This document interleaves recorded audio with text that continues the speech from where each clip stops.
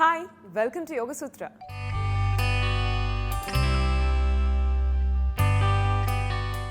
ఇవాళ యోగ సూత్రలో కృష్ణ గారు మనందరికీ ఏ ఆసనం పరిచయం చేయబోతున్నారో చూద్దామా?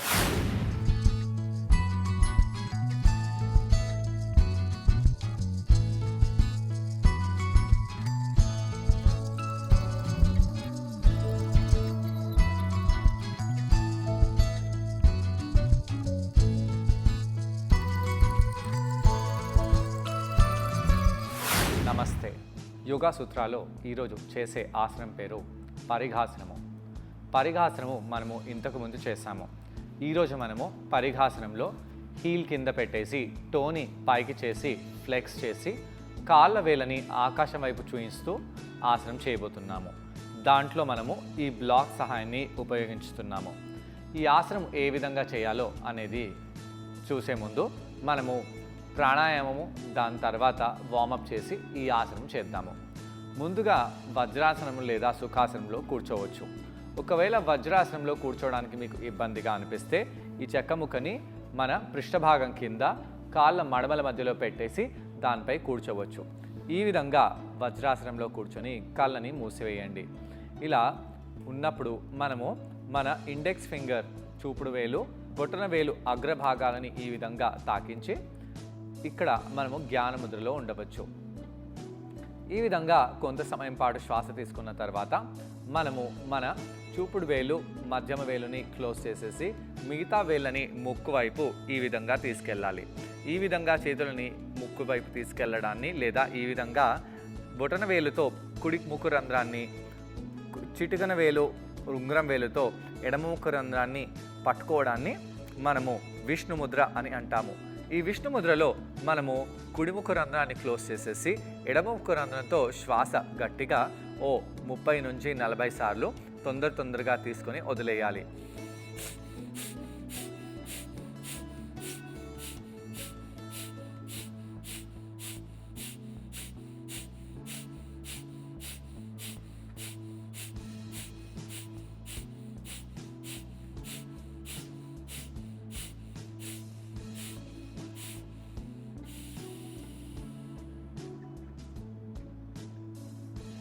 దీని తర్వాత నెమ్మదిగా ముక్కుని వదిలేసి ఈ విధంగా ఆ ముద్రలోనే చేతుల వేళ్ళని పెట్టి మనము ఛాతీపై పెట్టాలి. శ్వాస ఏ విధంగా తీసుకుంటున్నామో శ్వాస ఏ విధంగా వదులుతున్నామో అనే దానిపై మన ధ్యానాన్ని కేంద్రీకరించి కొన్నిసార్లు మన ఉశ్వాస నిశ్వాసాలని గమనించాలి.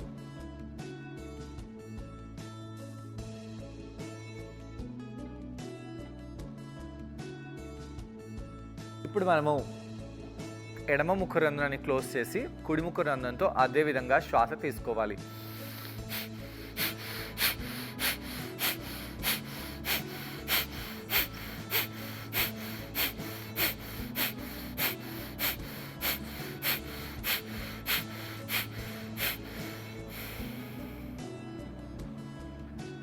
ఈ విధంగా శ్వాస తీసుకొని చేతిని కింద పెట్టేసి కొంత సమయం పాటు శ్వాస ఏ విధంగా తీసుకుంటున్నామో వదులుతున్నామో దానిపై మన ధ్యానాన్ని కేంద్రీకరించాలి. దీని తర్వాత చేతులని రబ్ చేయండి. ఇలా కళ్ళని కవర్ చేయండి. నెమ్మదిగా కళ్ళని ఓపెన్ చేసి చేతుల వైపు చూడాలి. ఈ విధంగా ప్రాణాయామం మనము ఆసనాలు చేసే ముందు చేయవచ్చు. ముఖ్యంగా హీటింగ్ ప్రాణాయామం అంటే మన ఒంట్లో వేడిని ఉత్పత్తి చేసే ప్రాణాయామం చేసినట్టు అయితే మంచిది. ఈరోజు చేసిన ప్రాణాయామం భస్త్రికా ప్రాణాయామం. ఈ యొక్క భస్త్రికా ప్రాణాయామం ఆసనాల ముందు చేసినట్టు అయితే చాలా మంచిది. ఇక మనము డైరెక్ట్గా ఆసనం చేయడానికి వెళ్దాము. ఈ విధంగా మోకాళ్ళపై వెళ్ళిపోయి మన నడుముని పట్టుకోవాలి. శ్వాస తీసుకుంటూ శ్వాసని వదిలేస్తూ కాళ్ళ వేలని లోపలి వైపు చేసి పెట్టండి. ఇలా చేసి ఉన్నప్పుడు మనము ఒక చెక్క ముక్కని ఈ విధంగా మ్యాక్సిమం హైట్లో తీసుకెళ్ళాలి. దాని తర్వాత కుడి కాలుని ఈ విధంగా కుడివైపు పెట్టాలి. సాధారణంగా మనం పరిఘాసనం చేసినప్పుడు ఈ విధంగా పాదాన్ని కింద పెట్టి పెడతాము. అయితే ఈరోజు చేసే పరిఘాసనంలో మనము కాలుని ఈ విధంగా పైకి చేసి పెట్టబోతున్నాము. ఈ విధంగా కాలుని పైకి చేసి పెట్టినప్పుడు ఈ యొక్క మోకాలుపై ప్రెషర్ పడుతుంది. ఈ విధంగా కాలుని కింద పెట్టినప్పుడు ఈ మోకాలుపై ఉన్న ప్రెషర్ తగ్గుతుంది. అయితే మోకాలు నొప్పులు ఉన్నవాళ్ళు ఇలా మోకాలుపై నిలబడడం మంచిది కాదు. వాళ్ళు ఈ మోకాలు కింద ఒక బెడ్షీట్ని కానీ దేన్నైనా పెట్టుకోవచ్చు. ఈ విధంగా కాళ్ళ వేలని మన వైపు లాగండి. అలా తెచ్చిన కాళ్ళ వేళ్ళని అలానే పెట్టి మనము శ్వాస తీసుకుంటూ శ్వాసని వదిలేస్తూ ఇక్కడ కొంత సమయం పాటు ఉంటూ నెమ్మదిగా మన కుడి చేతిని ఇలా నడుముపై పెట్టేసి ఎడమ చేతిని మనము ఈ విధంగా సైడ్ వైపు తీసుకెళ్ళాలి. అలా సైడ్ వైపు తీసుకెళ్తూ ఎంత కిందికి వెళ్ళగలిగితే అంత మంచిది. ఇక్కడ ఏమనిపిస్తుందో ఎలా అనిపిస్తుందో గమనించండి. ఈ యొక్క సైడ్ భాగాలపై బాగా స్ట్రెచ్ అనిపిస్తుంది. ఈ యొక్క తొడ లోపలి భాగంపై కూడా స్ట్రెచ్ బాగా అనిపిస్తుంది. అలా కొంత సమయం పాటు ఉండి నెమ్మదిగా ఆసనం నుంచి బయటికి వచ్చేయండి. అదేవిధంగా మనము కుడి మోకాల్ని కింద పెట్టేసి ఎడమ కాల్ని కూడా అదేవిధంగా సైడ్ వైపు తీసుకెళ్ళాలి. ఇక్కడ మనం ముఖ్యంగా గమనించాల్సింది ఏంటంటే మన ఎడమ మోకాలు ఎడమ కాలు మడమ ఒక లైన్లో ఉంటే చాలా మంచిది. ఈ కాలుని మరీ వెనకాల పెట్టకూడదు, మరీ ముందు పెట్టకూడదు, ఒక లైన్లోనే పెట్టండి. అలా పెట్టి కాళ్ళ వేలని మన వైపు లాగాలి. ఇక్కడ ముఖ్యంగా గమనించాల్సింది ఏంటంటే ఈ కాళ్ళ వేలని ఈ విధంగా మనము బాగా గట్టిగా లాగాలి. కొంతమంది వ్యక్తులు కాళ్ళ వేలని ఈ విధంగా పెడుతూ ఆసనం చేస్తుంటారు. ఇలా పెట్టకూడదు, లేదా ఇలా వేళ్ళు ఒకవైపు పడిపోయినట్టుగా పెడుతుంటారు. అలా పెట్టకుండా ఆ వేళ్ళని మన వైపు లాగుతూ కాలు వెనకాల ఎలా అనిపిస్తుందో గమనించండి. ఇక మనము నెమ్మదిగా సైడ్కి స్ట్రెచ్ అవుదాము. ఈ విధంగా సైడ్ భాగాలపై స్ట్రెచ్ పడేలాగా చూస్తూ మనము కిందికి వెళ్ళాలి. ఇక్కడ ఏమనిపిస్తుంది, ఈ కాలు వెనకాల మనకు బాగా స్ట్రెచ్ అనిపిస్తుంది. అదేవిధంగా ఈ యొక్క భాగంలో కూడా మనకు స్ట్రెచ్ అనేది తెలుస్తుంది. పొట్టని లోపలికి బిగించి పెట్టాలి. అలా బిగించి పెట్టి మనము నెమ్మదిగా మోకాలపై వచ్చేద్దాము. ఇక మనము ఈరోజు చేసే ఆసనం చేయబోతున్నాము. ఇప్పటి వరకు చేసిన ఆసనమే ఈ బ్లాక్ సహాయంతో ఏ విధంగా చేయగలుగుతాము.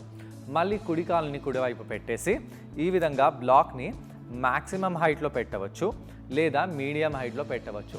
ఏ హైట్లో పెట్టగలిగినా పెట్టేసి ఇలా ఈ విధంగా మనము బ్లాక్పై చేతిని రెస్ట్ చేసి సైడ్లో వెళ్ళాలి. ఒకవేళ మనకు వీలైనట్టు అయితే ఈ బ్లాక్ని ఇంకొద్దిగా ముందుకు తీసుకెళ్ళి ఈ మోచేతిని కింద పెడుతూ ఈ కాళ్ళ వేలని ఇంకా మన వైపు లాగేలాగా చూసి మనము కిందికి వెళ్దాము. ఇక్కడ ఏమనిపిస్తుందో అనేది గమనిస్తూ ఉండాలి. అలానే కొంత సమయం పాటు ఇక్కడ ఆసనంలో ఉండాలి. ఇక్కడ ఉన్నప్పుడు ఈ యొక్క సైడ్ భాగంపై బాగా స్ట్రెచ్ అనేది పడుతుంది. ఈ యొక్క భాగంలో కూడా స్ట్రెచ్ అనేది పడుతుంది, కానీ ముందుగా మనము ఈ యొక్క పొట్ట భాగాన్ని లోపలికి లాగాలి. చాలామంది వ్యక్తులు పొట్టని బయటికి అంటూ ఆసనం చేస్తుంటారు. అలా చేసినప్పుడు ఈ యొక్క ఆసన ప్రభావం తగ్గిపోతుంది. అదేవిధంగా కాళ్ళ వేలని బాగా మన వైపు లాగండి. ఈ విధంగా లాగినప్పుడు ఈ యొక్క కాలు కింద ఉన్న భాగంపై బాగా స్ట్రెచ్ అనేది పడుతుంది. ఏ కండరం అండి? దీన్ని హ్యామ్స్ట్రింగ్ కండరం అంటారు. ఇక్కడ మన దృష్టిని కాళ్ళ వేలుపై పెట్టకుండా ముందు వైపు పెట్టేసి మోచేతిని బెండ్ చేసేయచ్చు.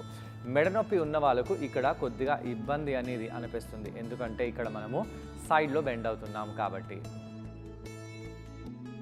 అలా కొంత సమయం పాటు ఉండి పైకి వచ్చేసి రెండో కాల్ని కూడా అదే విధంగా స్ట్రెచ్ చేయండి. ఇక మనము ఇటువైపు కూడా బాగా కిందికి వెళ్దాము. వీలైనంతగా కిందికి వెళ్ళండి. అలా కిందికి వెళ్ళి ఈ యొక్క కండరంపై ఎలాంటి ప్రభావం పడుతుందో గమనించి నెమ్మదిగా ఆసనం నుంచి బయటికి వచ్చేయండి. ఇక్కడ మనము మన హ్యామ్స్ట్రింగ్ కండరంపై బాగా స్ట్రెచ్ చేస్తున్నాం కాబట్టి ఈ ఆసనం తర్వాత కొన్నిసార్లు ఈ విధంగా కాళ్ళ వేలని ముందుకి వెనకాలకి అనాలి. దాంతో ఈ యొక్క హ్యామ్స్ట్రింగ్ కండరం కొద్దిగా రిలాక్స్ అయిపోతుంది. ఇదే ఆసనాన్ని మనము వార్మప్గా కూడా వాడుకోవచ్చు. ఎందుకండి వార్మప్గా కూడా ఎందుకు చేయాలి? అలా చేయకుండా మనం ఆసనంలో వెళ్తే ఆ యొక్క కండరము తెగిపోయే ఛాన్స్ అనేది ఉంటుంది. ఎక్కువ సమయం పాటు మనము కూర్చుంటాము, నడిచి వెళ్ళడము, మెట్లెక్కడము అవి చేయట్లేదు కాబట్టి మన కాళ్ళు కొద్దిగా బాగా స్టిఫ్గా అయిపోతాయి. కాబట్టి ఇలాంటి స్ట్రెచ్చింగ్ ఆసనాలు చేసి దాని తర్వాత ఈరోజు చేసే ఆసనం చేయాలి. అదేవిధంగా కాళ్ళని ఈ విధంగా కూడా మనము ముందుకు వెనకాలకి అని బాగా రిలాక్స్ అయిపోవచ్చు. ఈ ఆసనాన్ని ట్రై చేయడానికి కృష్ణ గారితో పాటు నేను కూడా జాయిన్ అవబోతున్నానండి. మా ఇద్దరిని చూసి ఈ ఆసనాన్ని మీరు కూడా ట్రై చేయండి. నమస్తే. ఈరోజు యోగా సూత్రాలో మనము పరిఘాసనం చేయబోతున్నాము. పరిఘాసనములో మనము కొద్దిగా మార్పులు చేసి వేరియేషన్ చేయబోతున్నాము. ఈ యొక్క ఆసనం మనము బ్లాక్ సహాయంతో చేయబోతున్నాము. ఈ ఆసనము ఏ విధంగా చేయాలో, ప్రిపరేషన్ ఏ విధంగా ఉండాలో చూద్దాము. ముందుగా మనము ఇలా కూర్చొని చేతులని ఇలా పైకి చేసి కిందికి అనాలి. అలా చేయడంతో మన వీపు నిటారుగా అవుతుంది. ఇలా వార్మప్ చేయకుండా ఆసనంలో వెళ్ళినట్టు అయితే మన కండరాలలో ఏదైనా పట్టేయడము ఇవన్నీ అవుతూ ఉంటాయి. కాబట్టి కొన్నిసార్లు మనము ఈ విధంగా చేతులను పైకి చేయడము, కిందికి తీసుకొని రావడము చేస్తూ ఉండాలి. దాని తర్వాత ఈ విధంగా లాటరల్గా బెండ్ అవ్వాలి. లాటరల్గా బెండ్ అవ్వడము చాలా ఇంపార్టెంట్. ఇలా లాటరల్గా బెండ్ అవుతే మన సైడ్ ప్రాంతంలో ఉండే కండరాలు, అలానే వెన్నుముక సైడ్ ప్రాంతంలో ఉండే కండరాలు బాగా రిలాక్స్ అయిపోతాయి. పైకి వచ్చేసి రెండో వైపు కూడా లాటరల్గా బెండ్ అవ్వండి. శ్వాస తీసుకుంటూ శ్వాసని వదిలేస్తూ ఇలా మనము 10 నుంచి 20 సార్లు చేయాలి. ముఖ్యంగా మన శరీరంలో ఈ సైడ్ ప్రాంతంలో ఫ్యాట్ అనేది బాగా అక్యుములేట్ అవుతుంది. ఆ ఫ్యాట్ని తగ్గించుకోవడానికి ఈ విధంగా సైడ్ టు సైడ్ బెండ్ అవుతే చాలా మంచిది.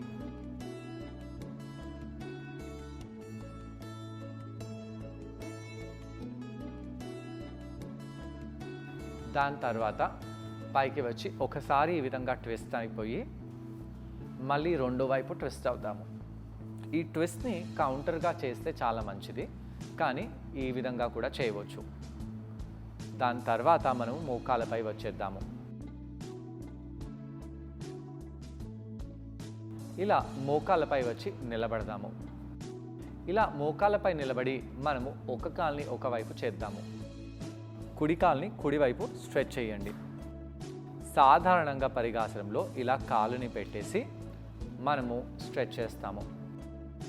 అయితే ఇక్కడ కొంత సమయం పాటు ఇలానే ఉండండి. అలా ఉండి ఆ బ్లాక్ని మ్యాక్సిమం హైట్లో లేదా మీడియం హైట్లో తెచ్చి, ఇక్కడ ముఖ్యంగా గమనించాల్సిన విషయం ఏంటంటే ఈ మోకాలు ఆ యొక్క పాదము ఒక లైన్లో ఉండాలి.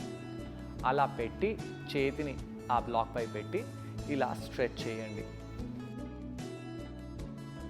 ఇలా స్ట్రెచ్ బాగా అయ్యేలాగా చూసి కొంత సమయం పాటు ఇక్కడ అలానే ఉండాలి.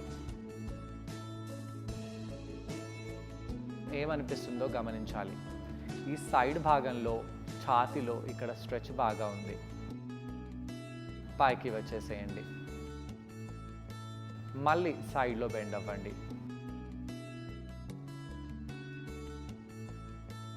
పైకి వచ్చేసేయండి. ఇక మనము ఆ కుడి మోకాల్ని కింద పెట్టేసి ఎడమ కాల్ని సూటిగా చేద్దాము. ఇక్కడ ఆ యొక్క చెక్క ముక్కని బ్లాక్ని తెచ్చి పెట్టేసి ఎడమ వైపు కూడా అదే విధంగా ట్విస్ట్ అవ్వాలి. ఇక్కడ ట్విస్ట్ అయినప్పుడు చాలామంది వ్యక్తులు ఈ విధంగా బెండ్ అవుతూ ట్విస్ట్ అవుతుంటారు. అలా కాకూడదండి. ఛాతీని సైడ్ భాగంలో బాగా ఓపెన్ చేసి ట్విస్ట్ అవ్వాలి. ఈ చెయ్యి ఇంత కిందికి రాకుండా ఇంకొద్దిగా పైకి తీసుకెళ్ళి కూడా పెట్టవచ్చు. అయితే ఏ చెయ్యినైతే మనం కింద పెడుతున్నామో అంటే ఎడమ చెయ్యి ఇక్కడ దాన్ని కొద్దిగా బెండ్ చేసినట్టు అయితే మనకు ఆసనము తీవ్రత అనేది పెరుగుతుంది. నెమ్మదిగా పైకి వచ్చేసి ఆసనం నుంచి బయటికి వచ్చేయండి. ఈసారి మనము గాడెస్ పాస్చర్లో వెళ్దాము. మాలాసనంలో వెళ్ళండి. కాళ్ళని ఇంకొద్దిగా చాటలలాగా దూరంగా చేయండి. చేతులని కింద పెట్టేసి పృష్ఠభాగాలని పైకి లేపుతాము. కాళ్ళని ఇంకా బాగా దూరంగా చేస్తూ ఉండండి. ఈ విధంగా చాలా దూరంగా కాళ్ళని తెచ్చి పృష్ఠభాగాలని పైకి తీసుకొని రావాలి. చేతుల వేళ్ళపై వచ్చేయండి. అలా వచ్చి ఒక కాల్ని స్ట్రెచ్ చేయండి బయటి వైపు. మోకాల్ని బెండ్ చేస్తూ ఈ విధంగా ఒక సైడ్ నుంచి ఇంకో సైడ్ బెండ్ అవుతూ ఉండాలి. ఏ సైడ్ అయితే మనము బెండ్ అవుతున్నామో ఆ యొక్క కాలుని బయటి వైపు మోకాల్ని బెండ్ చేయాలి. అలా చేస్తూ సైడ్ టు సైడ్ చేసి ఆ తొడ లోపడి భాగంలో స్ట్రెచ్ బాగా పడేలాగా చూసి దాని తర్వాత మళ్ళీ మోకాళ్ళని కింద పెట్టేసి పరిఘాసనంలో రండి.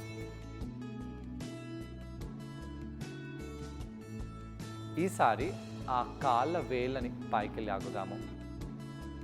అలా పైకి లాగి ఈసారి ఆ బ్లాక్ని మనము మోకాళ్ళ దగ్గర పెడదాము. అలా పెట్టి ఆ కుడి చేతిని బ్లాక్ పై పెట్టేసి స్ట్రెచ్ అవ్వండి. చేతిని అలా తలపై తీసుకెళ్లే కంటే నడుము దగ్గర పెట్టి బెండ్ అవుదాము. మోచేతి అంటే కుడి మోచేయిని ఇక్కడ బెండ్ చేయండి. తలని వెనకాల చేయండి. ఆ కుడి కాలు వేళ్ళని ఇంకా గట్టిగా లాగండి. ఇంకా గట్టిగా లాగుతూ కుడి కాలులో ఉండే ప్రతి ఒక్క కండరాన్ని స్క్వీజ్ చేయాలి.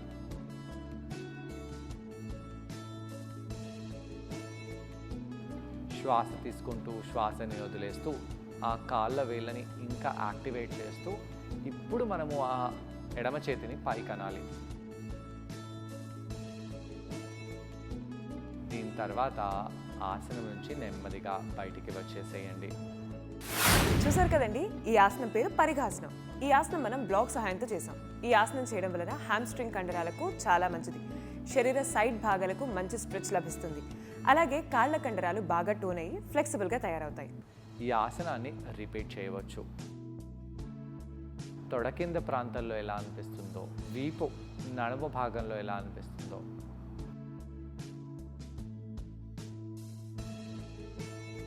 దీని తర్వాత నెమ్మదిగా పైకి వచ్చేసి కుడి మోకాల్ని కింద పెట్టి ఎడమ కాల్ని స్ట్రెచ్ చేద్దాము.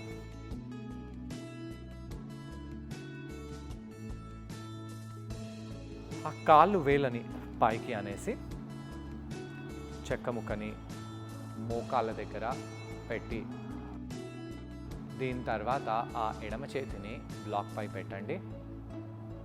కుడి చేతిని నడుము దగ్గర పెట్టేసి స్ట్రెచ్ అవుదాము. ఛాతీని ఓపెన్ చేయండి. ఎడమ చేతిని మోచేతిని కొద్దిగా బెండ్ చేయండి. ఈ పొట్ట సైడ్ భాగంలో ఉండే కండరాన్ని లోపలికి లాగాలి. లాగుతూ ఇక్కడ ఉండి శ్వాస తీసుకోండి. నెమ్మదిగా పైకి వచ్చేసి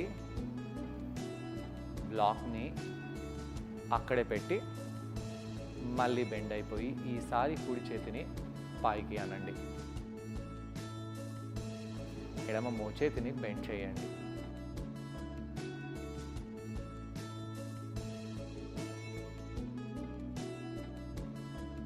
ఆ విధంగా ఫోల్డ్ చేస్తూ చెస్ట్ని ఓపెన్ చేస్తూ ఈ విధంగా కొంత సమయం పాటు ఉన్న తర్వాత ఆసనం నుంచి బయటికి వచ్చేయండి. వచ్చి మోకాళ్ళపై కూర్చోవాలి. వజ్రాసనంలో కూర్చోవచ్చు. అలా కూర్చొని బాలాసనంలో వెళ్ళి రిలాక్స్ అవుదాము. కాళ్ళ వేళ్ళని వెనకాల వైపు స్ట్రెచ్ చేసి తొడలని మరీ దూరంగా చేయకుండా దగ్గరగా పెట్టకుండా ఇలా ఫార్వర్డ్గా బెండ్ అయిపోదాము. హ్యామ్స్ట్రింగ్ కండరము ఫ్లెక్సిబుల్ కావాలంటే, ఇన్నర్ థైస్ ఫ్లెక్సిబుల్ కావాలంటే ఇలాంటి ఆసనాలు చేస్తే చాలా మంచిది. ఇన్నర్ థైలో ఉండే అన్ని కండరాలు బాగా ఓపెన్ అవ్వాలంటే ఈ యొక్క ఆసనం చాలా అవసరము. ఇలా కౌంటర్ చేయడం వలన హ్యామ్స్ట్రింగ్ కండరాలు, కాళ్ళ కండరాలు, అలాగే శరీర సైడ్ భాగంలో ఉన్న కండరాలు ఇవన్నీ కూడా బాగా స్ట్రెచ్ రిలాక్స్ అయిపోతాయి. ఇవాళ యోగ సూత్రంలో కృష్ణ గారిని మనం అడగబోయే ప్రశ్న ఏంటంటే, ఈ ఆసనం చేసేటప్పుడు మనం ఎటువంటి జాగ్రత్తలు పాటించాలి? ఈ ప్రశ్నకు సమాధానం కృష్ణ గారిని తెలుసుకుందాం. ఈ ఆసనం చేసేటప్పుడు మనము ఎలాంటి జాగ్రత్తలు తీసుకోవాలి? ఈ ఆసనం చేసేటప్పుడు మన కాలు కింద ఉన్న కండరంపై బాగా మంట వచ్చేలాగా ఆసనం చేయకూడదు. అలా మంటలు వచ్చినట్టుగా ఆసనం చేసినట్టు అయితే ఆ యొక్క కండరము గాయమైపోతున్నట్టు. అదేవిధంగా మోకాల్ని బాగా లాక్ చేసి ఈ ఆసనం చేయరాదు. అలా చేయడం వలన కూడా ఆ కాలు వెనకాల భాగంలో మంట అనేది వస్తుంది. అలా రావడం వలన ఆ యొక్క కండరం గాయమైపోవచ్చు. ముఖ్యంగా ఈ యొక్క మోకాలు చిప్ప మన శరీరంలో చాలా ముఖ్యమైన ఎముక. ఈ యొక్క మోకాలు చిప్పని మనము రక్షించుకుంటూ మంచి లావుగా ఉన్న మ్యాట్ లేదా దీన్ని డబుల్గా చేసి ఆ విధంగా మనం పెడుతూ మనము ఆసనం చేసినట్టు అయితే చాలా మంచిది. సో చూసారు కదండి ఇవాల్టి యోగ సూత్రంలో పరిఘాసనం. ఈ ఆసనాన్ని మీరందరూ తప్పకుండా ట్రై చేసి దీనివల్ల వచ్చే బెనిఫిట్స్ని మీరు కూడా పొందండి. తిరిగి రేపటి ఎపిసోడ్లో మరో ఆసనంతో మరికొన్ని బెనిఫిట్స్తో మళ్ళీ కలుసుకుందాం. అంతవరకు stay fit and be healthy. Bye.